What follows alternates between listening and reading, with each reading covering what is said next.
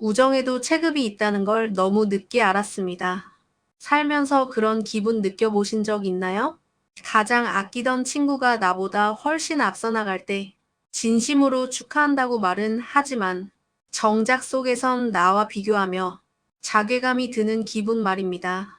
고시원 옆방에 살며 유통기한 임박한 편의점 도시락을 나눠 먹던 사이, 비 오는 날이면 구멍 난 운동화에 비닐봉지를 겹쳐 신으며 우리 인생 언제쯤 벼들겠냐고 소주잔을 기울였던 우리 녀석이 기적이 되는 동안 나는 무엇이 되었을까 하고 생각이 드는 밤, 내 시계만 태엽이 고장 난 것처럼 10년 전 그 자리에 멈춰 서 있는 기분.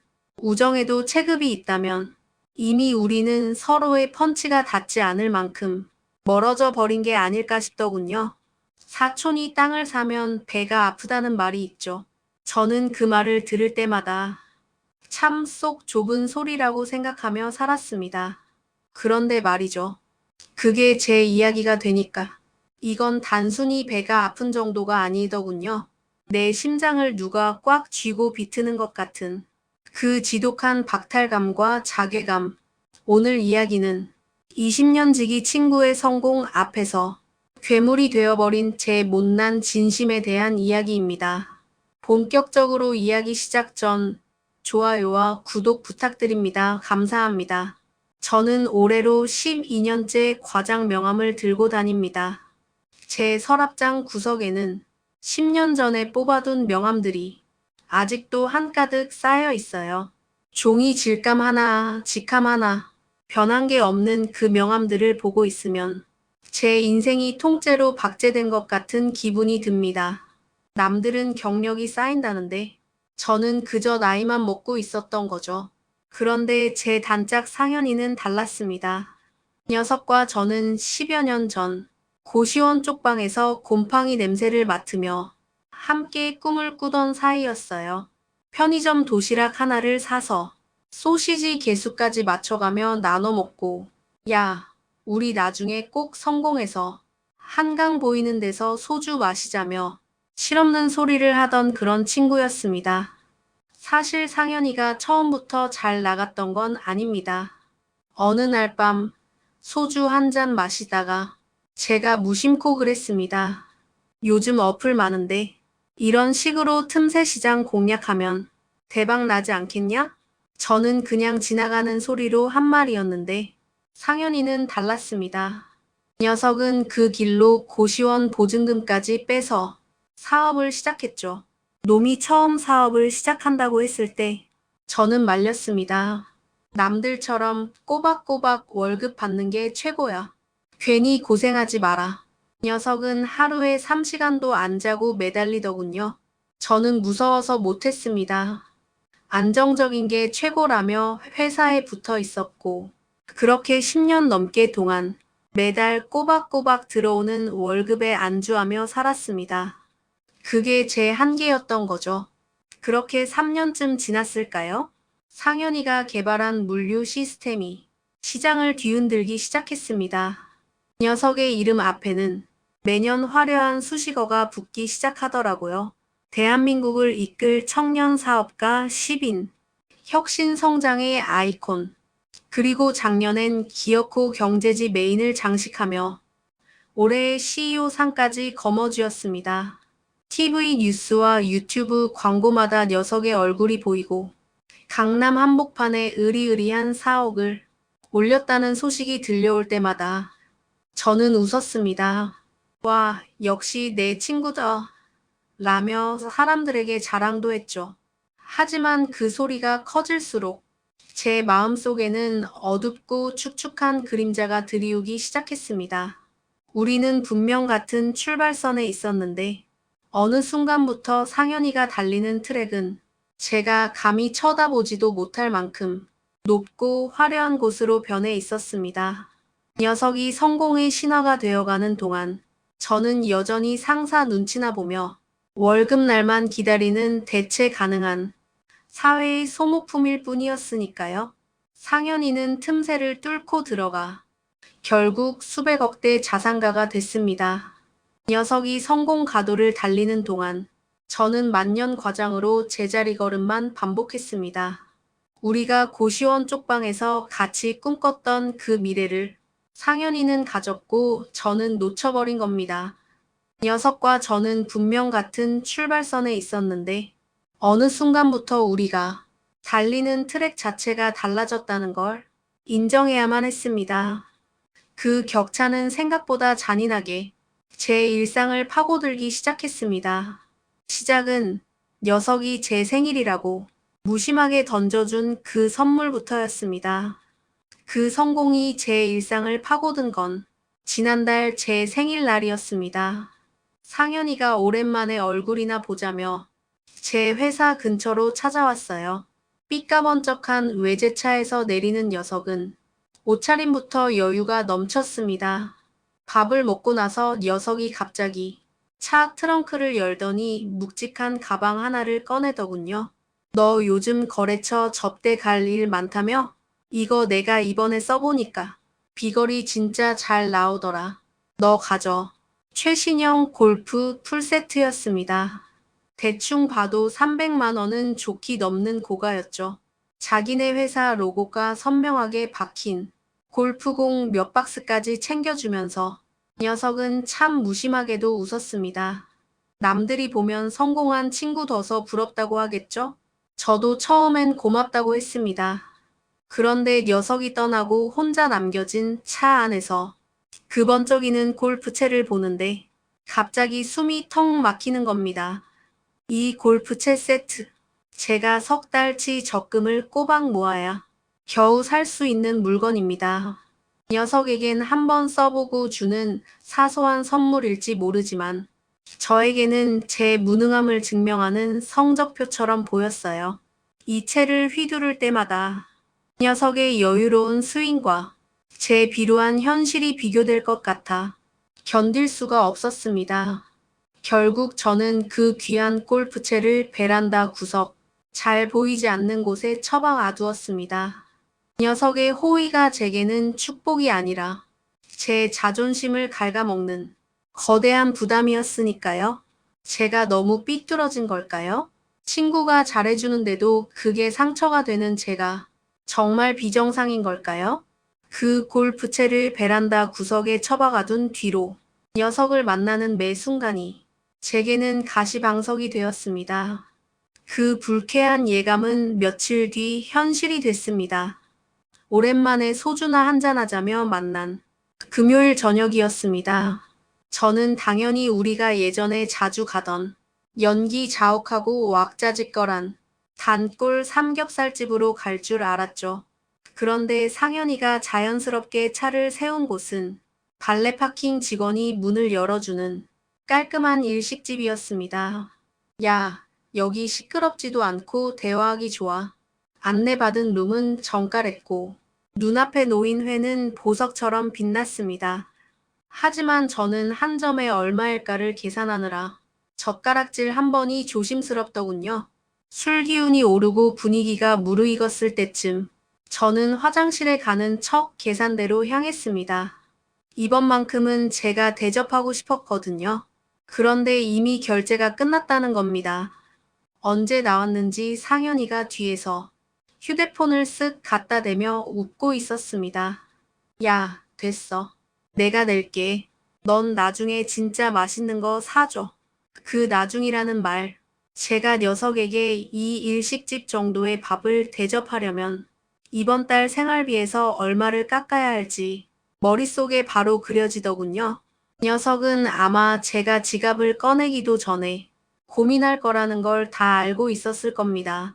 배려라고 던진 그 말이 제 주머니 사정을 낱낱이 파헤친 뒤에 주는 동정처럼 느껴져서 얼굴이 화끈거려 견딜 수가 없었습니다. 그런데 상처는 저뿐만 아니라 제 가족에게도 번졌습니다. 어느 날은 부부 동반으로 다 같이 만난 적이 있었습니다. 와이프들끼리 애들 교육 이야기를 나누는데 옆에서 듣던 제 심장이 덜컥 내려앉았습니다. 명수 엄마, 이번에 우리 애 팀 수업 새로 짜는데 명수도 같이 넣어드릴까? 제가 잘 아는 원장님이라 할인도 좀 해준대요. 상현이 아내는 정말 좋은 마음으로 권유했을 겁니다. 그런데 말이죠. 그 할인된 금액조차 우리 집 한 달 생활비와 맞먹는다는 걸 그녀는 꿈에도 모르겠죠. 아내는 애써 웃으며 생각해 볼게요 라고 답했지만 집에 돌아오는 길 내내 창밖만 보고 있었습니다. 그날 밤 아내가 거실 불을 끄지도 못한 채 밤새 교육비 통장을 뒤적거리는 뒷모습을 봤습니다. 저는 차마 거실로 나가지 못하고 베란다에 숨어 담배만 연거푸 태웠습니다. 친구의 호의가 제 아내를 초라하게 만들고 저를 무능한 아빠로 확인사살한 그 밤은 유난히도 길었습니다. 결정적인 건 녀석의 진심 어린 고민이었습니다. 하루는 술이 좀 취한 녀석이 길게 한숨을 쉬며 고민을 털어놓더군요. 야, 요즘 종부세랑 법인세 때문에 진짜 미치겠다. 돈을 벌어도 나가는 게 반이야. 세무조사니 뭐니 신경 쓸 게 너무 많아. 녀석은 정말 괴로운 표정이었습니다. 거짓말이나 자랑이 아니라 정말 그게 녀석의 현실적인 고민이었겠죠. 그런데 저는요, 이번 달 대출 이자가 고작 0.5% 올랐다는 문자를 받고 며칠째 잠을 설치고 있었습니다. 녀석이 죽겠다고 내뱉는 그 세금 고민은 사실 제 인생의 평생 꿈이었고 제가 발버둥 치며 버티는 현실은 녀석에게 이미 가물가물한 과거일 뿐이었습니다. 녀석의 진심 어린 고민을 들으며 고개를 끄덕여줘야 하는데 속으로는 그런 고민 나도 좀 해봤으면 좋겠다는 비열한 생각이 들더군요. 녀석의 성공이 커질수록 우리의 대화는 점점 더 길을 잃어갔습니다. 그렇게 묘한 불편함이 쌓여가던 어느 날 상현이가 아주 진지한 얼굴로 제게 사업 이야기를 꺼냈습니다. 녀석의 회사가 급성장하면서 물류 시스템의 과부하가 걸렸는데 제 도움이 꼭 필요하다는 거였죠. 네가 이쪽 업계에서만 12년 굴렀잖아. 솔직히 우리 회사 애들은 아직 경험이 부족해서 갈팡질팡하거든. 네가 우리 회사 자문위원으로 이름만 좀 올려주라. 매달 자문료 명목으로 거마비 정도는 챙겨줄 수 있으니까. 이 말이 제 귀에는 어떻게 들렸을까요? 12년 동안 매일 밤낮 없이 현장을 뛰며 쌓아온 제 전문성이 녀석에게는 그저 친구한테 합법적으로 돈을 찔러주기 위한 핑계로 쓰인다는 사실이 그게 저를 너무 비참하게 만들었습니다. 녀석은 정말 제가 필요해서 한 말이었을까요? 아니면 낡은 구두를 신고 다니는 제 모습이 안쓰러워서 자존심 안 상하게 돈을 줄 방법을 머리 싸매고 고민하다 내놓은 결론이었을까요? 녀석의 그 선한 미소가 그날따라 얼마나 오만해 보이던지 고맙지만 사양할게라고 답하는 제 목소리는 비참할 정도로 파르르 떨리고 있었습니다. 얼마 뒤에는 고등학교 동창회가 있었습니다. 상현이가 올해의 CEO상을 받았다는 소식이 전해진 직후라 분위기는 시작부터 상현이 찬양 일색이었죠. 다들 상현이 옆에 붙어서 술을 따르고 역시 넌 대성할 줄 알았다며 입에 침이 마르도록 칭찬을 늘어놨습니다.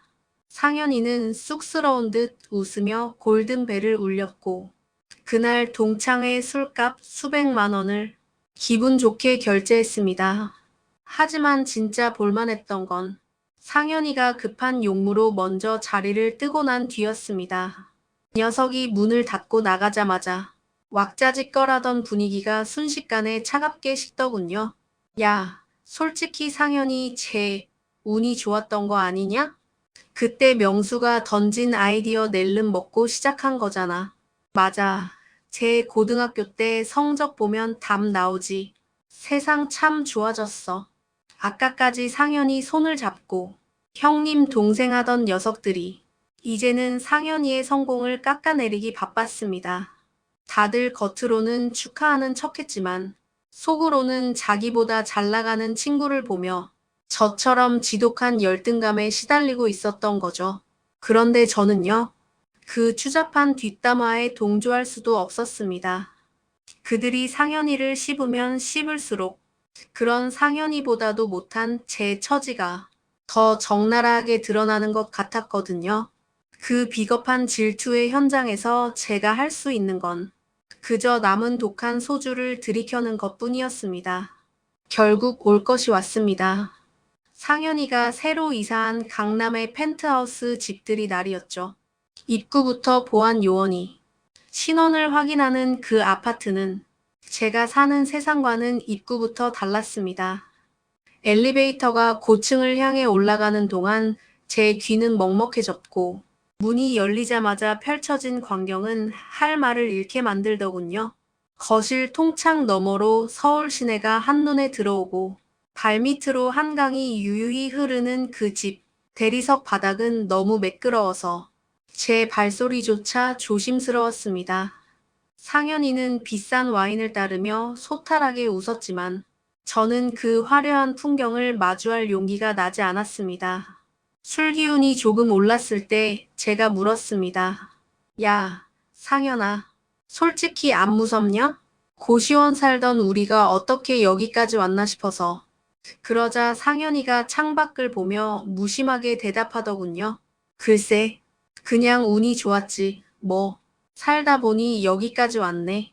그 그냥이라는 한마디. 그게 제 가슴을 완전히 무너뜨렸습니다.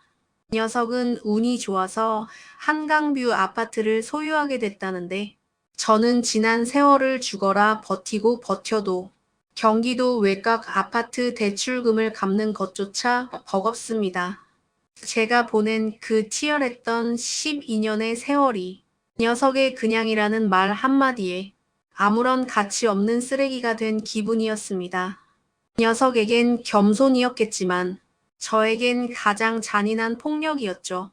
집들이를 마치고 나오는 길, 현관에 놓인 제 낡은 구두를 봤습니다.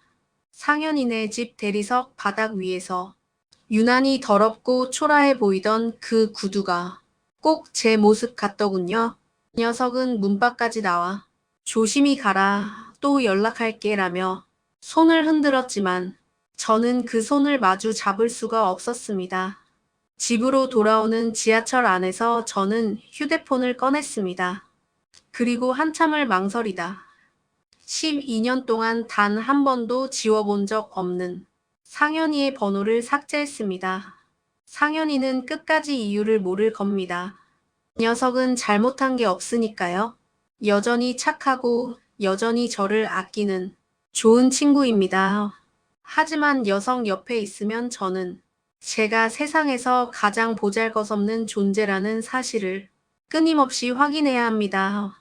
녀석의 호의는 매번 제 자존심을 갉아먹고 녀석의 성공은 제 성실함을 비웃는 것 같았습니다. 우정이란 건 비슷한 눈높이에서 서로의 등을 토닥여줄 때 가능한 거더군요. 한 명은 구름 위를 걷고 한 명은 진흙탕을 기는데 어떻게 손을 맞잡겠습니까? 저는 이제 상현이의 눈부신 호의가 닿지 않는 이 초라하지만 익숙하고 평온한 제 지옥으로 완전히 돌아가려 합니다. 상현이의 번호를 지우고 3달이 흘렀습니다. 처음 며칠은 휴대폰이 울릴 때마다 가슴이 철렁했습니다. 상현이 아닐까? 내가 번호를 지운 걸 눈치챈 건 아닐까? 하는 비겁한 걱정 때문이었죠. 하지만 예상대로 상현이는 너무나 바빴고 제 세상은 너무나 조용했습니다. 녀석의 부재가 주는 상실감보다 녀석의 배려로부터 도망쳤다는 안도감이 더 컸다는 사실이 저를 서글프게 하더군요. 베란다 구석에 처박아뒀던 그 번쩍이는 골프채 세트는 얼마 전 중고 마켓에 내놓았습니다. 제법 큰 돈이 손에 들어오더군요. 그 돈으로 아내에게 그동안 미안했다며 꽃다발 하나와 동네 시장에서 산 족발 한 봉지를 사 들고 들어갔습니다. 아내는 펜트하우스 집들이 때보다 훨씬 환하게 웃으며 웬일이야? 하고 묻더군요. 그 웃음을 보며 깨달았습니다. 우리에게 필요한 건 녀석이 베푼 할인된 교육비가 아니라 우리 수준에 맞는 이 소박하고 확실한 평화였다는 걸요. 여전히 저는 매일 아침 지옥철에 몸을 싣고 여전히 상사의 비위를 맞추며 여전히 한 달 대출 이자에 일희일비하는 만년 과장입니다. 제 삶은 변한 게 하나도 없습니다. 하지만 이제 더 이상 한강이 보이는 펜트하우스와 제 낡은 구두를 비교하며 스스로를 핥히지 않습니다. 우정은 닮아가는 것이 아니라 닮은 사람들끼리 머무는 것이라는 걸 너무 늦게 알았습니다. 상현이는 그 높은 곳에서 자신의 신화를 계속 써 내려가겠죠. 저는 이 낮은 곳에서 제 가족의 일상을 지켜내려 합니다. 어쩌면 저는 평생 상현이를 다시 만나지 못할지도 모릅니다. 아니, 만나지 않기를 바랍니다. 그 녀석이 미워서가 아니라 그 녀석 옆에 서 있는 제 자신이 너무 미웠으니까요. 비가 오는 퇴근길. 오늘은 구멍난 운동화 대신 아내가 사준 튼튼한 장화를 신고 걷습니다. 발바닥에 닿는 축축한 지면의 감촉이 이제야 비로소 제 진짜 삶처럼 느껴집니다. 여러분, 제가 너무 못난 사람인 걸까요? 12년 지기 친구의 성공을 진심으로 기뻐해주지 못하고 도망쳐버린 제가 정말 비정상인 걸까요? 우정도 돈 앞에서는 결국 체급이 나뉘는 건지 아니면 제가 자격지심에 갇혀 소중한 인연을 놓친 건지 여러분의 생각이 궁금합니다. 오늘도 긴 이야기 들어주셔서 감사합니다.